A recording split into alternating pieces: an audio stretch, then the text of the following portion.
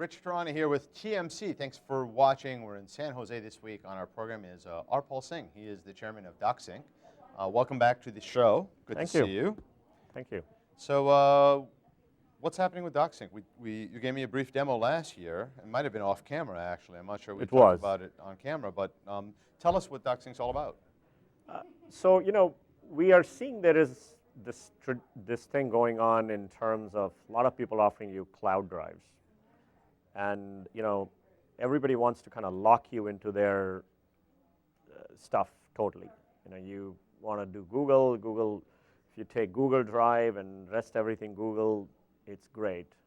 And then you have at the other end, you know, Dropbox and Microsoft, and everybody's kind of trying to, you know, say, you know, what I say from an open computing system, now we're going into this thing we call end-to-end computing experience, which means you buy everything from me.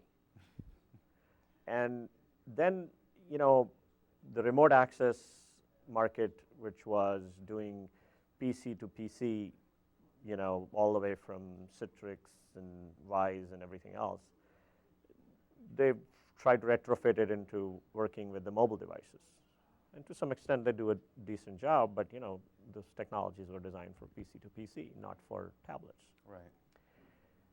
So me as a user am kind of at a loss because my documents are in my computer, in my email, in my Dropbox, in my Google Drive. I don't know where all they are. I'm using all of these devices and tools because they're given to me for free. I get hooked to them. I start using them. Or I start using it because a friend of mine sent me a document which is in Dropbox, so I have to sign up with that account. So pretty soon, my life as a user on a mobile device, even on a computer actually, is becoming harder. Right. So what we are trying to do is we're saying, okay, we're putting user at the front end. Okay. And we give user the capability on their tablet to be productive. Now, by productive, I don't mean just start editing your Word documents, because 90% of what we do is consume content written by others. Now, if you look at like iPad, it's a great device to consume content that is, you know, magazines, you know, you have Flipboard and Pulse and so on. It's a beautiful ways to consume different content.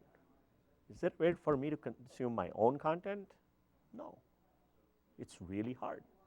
Unless I decide to put all my life into one of the cloud drives, which nobody really wants to do in most cases, because very few people like to put their whole desktop in one of those things. They may put few files.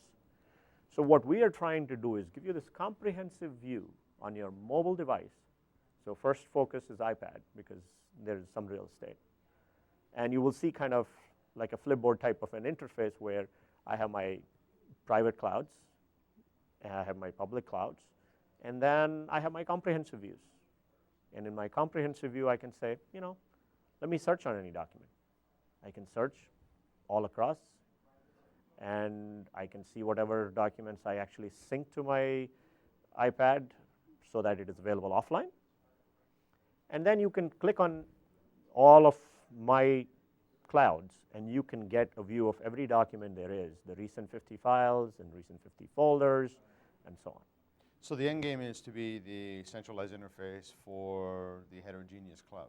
Yeah, including your private and public, not just public, not just private, because people are going to have documents in every kind of cloud. Now you say documents, what about music? We decided not to focus on music. Okay. Because we used to do that in the, you know, in one of the previous iteration of one of our founders, we used to do that. And we decided that that is not really, when I'm doing something serious, I really don't care about my music and stuff. And more and more people are more comfortable putting their music in the cloud because of all the services being offered. Sure. They're not as comfortable putting all their computer documents in the cloud as yet. Which gives us a solution, a problem which you're solving, which is that you've got documents all over the place. And I'm an example of that. I've got documents all over the place too. Exactly. It becomes very frustrating. Sometimes I just don't work on a certain project because I don't have the device with me that has access, easy access to that.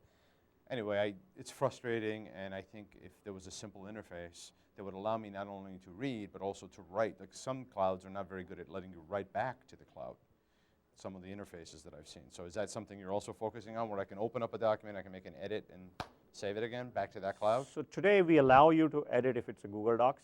Okay. We don't do it today for Word. Okay. And we are working on some of the capabilities. But today, if you have a Google Docs anywhere, you can just open it and edit it on your tablet. Is there a type of company or consumer that would be the right for you? In other words, a certain industry or size company?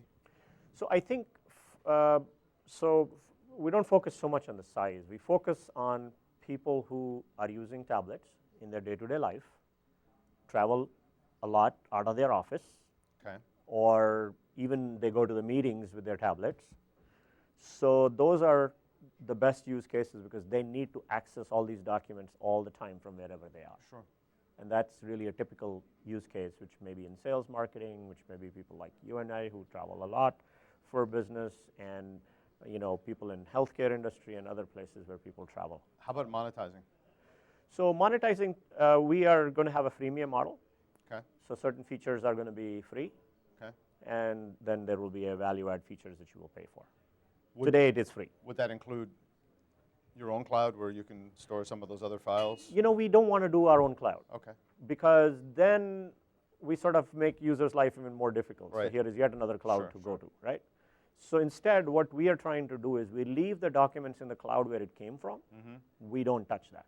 Okay. The only thing we do is we try to give you documents available offline on your iPad as well. That makes sense. So if you're going on a meeting, if you try to do it on an Apple iTunes, you connect those cables and you pray for the best and all that.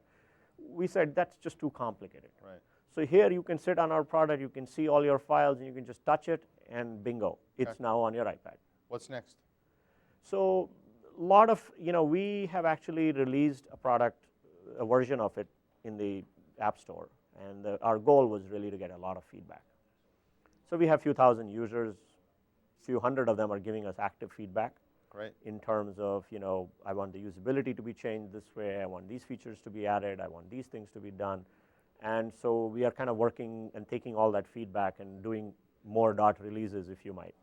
And we're hoping in the next probably 4 to 6 weeks, we will have all of those feature requests that we've gotten so far kind of done and present people a product which is, true release 1 with all the features enabled that has a great experience in terms of all the feedback that we've gotten from users.